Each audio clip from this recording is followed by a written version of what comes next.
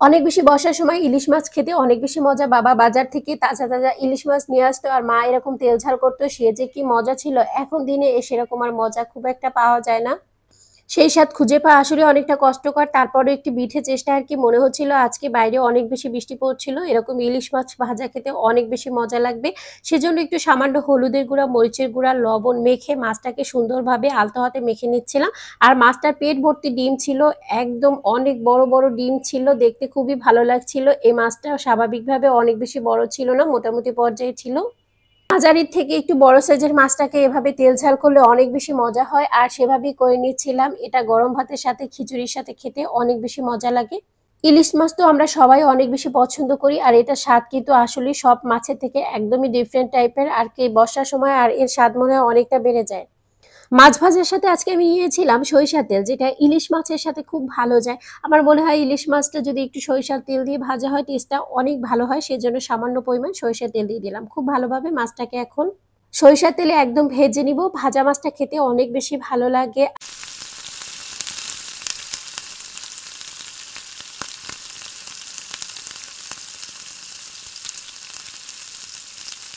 মাছ ভাজা দেখে ছোটবেলা সেই কথা মনে পড়ে গেল। মাছ ভাজা হয়ে গেলে তাড়াতাড়ি একটু ভাত নিয়ে চুলার পাশে বসে থাকতাম আর এক পিস মাছ নিয়ে গপাগপ করে ভাত খেতাম। কত যে মজা ছিল সেই দিনগুলো! সেগুলো কিন্তু আর ফিরে পাওয়া যাবে না। তারপরও এখনো মাছের স্বাদ রয়ে গেছে। পদ্মার ইলিশের স্বাদ কিন্তু টোটালি ডিফারেন্ট, অনেক বেশি মজার হয়।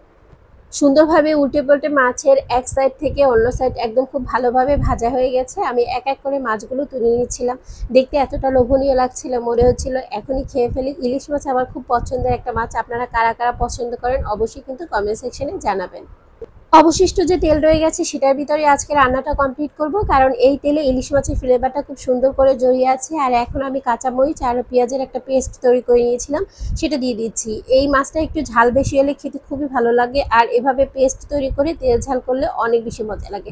একটা জিনিস খেয়াল করেছেন, আমি কিন্তু পেঁয়াজটাকে একদমই মিহি করিনি, হাফ বাটা করেছি, তাতে করে মাছের স্বাদটা অনেক বেশি ভালো লাগে। হাফ চামচ লাল মরিচের গুঁড়া, তারপর 1/4 টিস্পুনের মতো হলুদ, সামান্য লবণ, তারপর দিয়ে খুব ভালোভাবে আমি নেড়ে চেড়ে নিচ্ছিলাম। আজকে মাছ রান্নায় অনেক বেশি মশলা ব্যবহার করব না, কারণ আজকে আমি ইলিশ মাছ রান্না করছি। ইলিশ মাছে আমি এগুলোই ব্যবহার করি, আর কোনো মশলা ব্যবহার করি না। ব্যবহার করলে আমার মনে হয় ইলিশ মাছে যে সুন্দর একটা ফ্লেভার থাকে সেটা একদমই হারিয়ে যায়।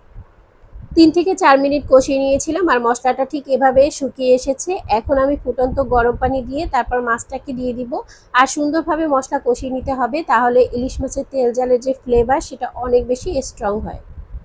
ফুটন্ত গরম পানি দিয়ে দিচ্ছি, আর ফুটন্ত গরম পানি দিলে মাছের স্বাদ ভালো থাকবে আর মাছ রান্নাটাও তাড়াতাড়ি হয়ে যাবে। পানিতে বলক চলে এসেছে, আমি এক এক করে ভেজে রাখা মাছগুলো দিয়ে দিচ্ছিলাম। আর মাছগুলো দেখতে অনেক বেশি সুন্দর লাগছিল, আর মাছটা খেতেও অনেক বেশি ভালো ছিল, কারণ এটা পদ্মার ইলিশ ছিল। পদ্মার ইলিশের স্বাদ কিন্তু সব মাছের থেকে আলাদা, সেটা আপনি যখন খাবেন তখনই বুঝতে পারবেন।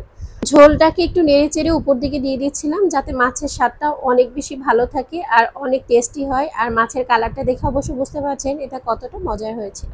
ইলিশ মাছ রান্না করতে আমরা সবাই পারি, তারপর আজকের রেসিপিটি আপনাদের জন্য, যারা ইলিশ মাছ এভাবে কখনো রান্না করেনি।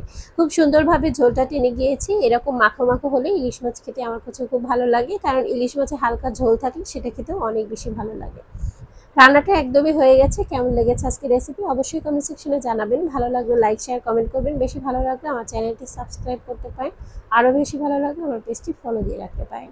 আজকের রেসিপি এই পর্যন্তই। নেক্সট রেসিপি দেখার আমন্ত্রণ জানিয়ে আজকে এখানে বিদায় নিচ্ছি। আল্লাহ হাফেজ।